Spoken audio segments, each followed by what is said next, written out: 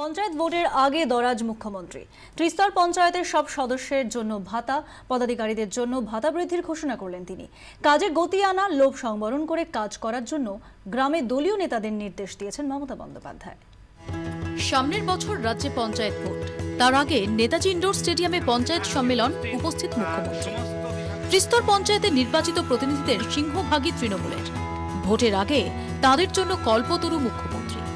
শুক্রবার পঞ্চায়েত সম্মেলনে মুখ্যমন্ত্রী ঘোষণা করেন, 1 মার্চ থেকে গ্রাম পঞ্চায়েত, পঞ্চায়েত সমিতি এবং জেলা পরিষদের সদস্যরা মাসে 1,500 টাকা সাম্মানিক ভাতা পাবেন। প্রধান, সভাপতি, সভাধিপতি, কর্মাধ্যক্ষ সহ ত্রিস্তর পঞ্চায়েতের বিভিন্ন পদাধিকারীদের ভাতা বৃদ্ধির কথাও জানান মুখ্যমন্ত্রী। পঞ্চায়েতে এতক্ষণ ক্ষমতায় থাকলো আর বড় বড় কথা বললো, একবারও ভাবলো না এই লোকগুলো মিনিমাম একটা হাতে না পেলে সে যে সারাক্ষণ নিজের খেয়ে বোনের মোষ তাড়িয়ে যাচ্ছে, এদের কিছু একটা ভাবা উচিত। তুমি গ্রাম সভার পঞ্চায়েত সমিতি 1,500 টাকা করে দাও। মেম্বার জেলা পরিষদ পেত, ওদের জন্য 1,500 করা হলো।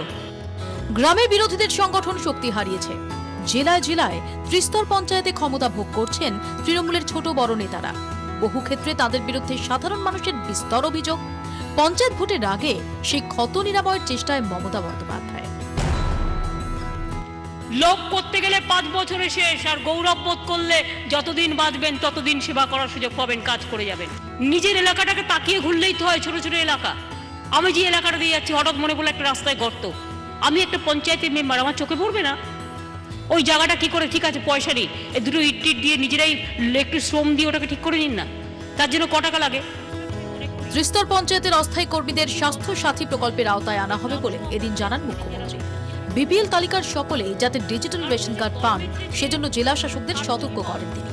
বলেন, কোনো গাফিলতি বরদাস্ত করা হবে না।